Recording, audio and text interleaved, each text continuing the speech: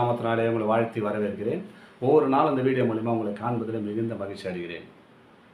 சங்கீதம் 116 2ஆம் வசனம் சொல்லப்படுகிறது,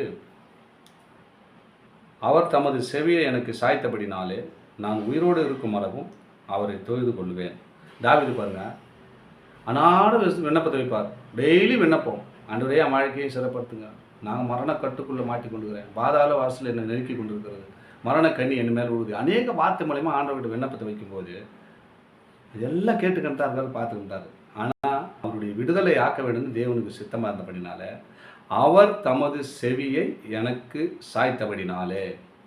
அதே போல் உங்களுடைய வாழ்க்கையில் பிரச்சனை வரும்போது தேவனிடத்தில் முறையிடும்போது நிச்சயமாக அவருடைய செவியை உன் பக்கமாக சாய்ப்பாருங்க.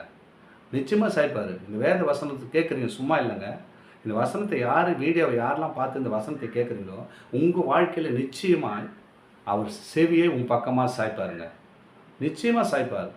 அவர் சாய்த்தபடினால் நான் உயிரோடு இருக்கும் அளவும் அவரை தொழுது கொள்ளுவேன். ஏன்னா என் வாழ்க்கையை மாற்றினார், என் வியாதி போக்கினார், என்னை சுகப்படுத்தினார், என்னை ஆசீர்வாதத்துக்குள்ள நடத்தினார் அப்படின்னு தாவீது சொல்வது போல் நீங்களும் ஒரு நாளைக்கு சொல்ல போகிறீங்க.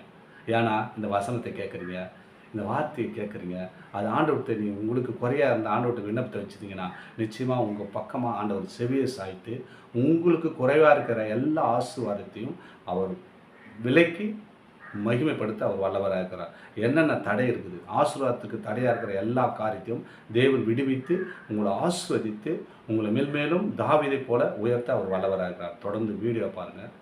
வீடியோ பார்த்தீங்கன்னா லைக் பண்ணுங்கள். லைக் பண்ணால் வீடியோ மட்டும் பார்க்கலாம். சப்ஸ்கிரைப் பண்ணி விட்டுனா நான் போடுற எல்லா வீடியோவும் நீங்கள் பாருங்கள். ஆண்டவர் உங்களை ஆசீர்வதிப்பார்கள். ஆமென். God plus.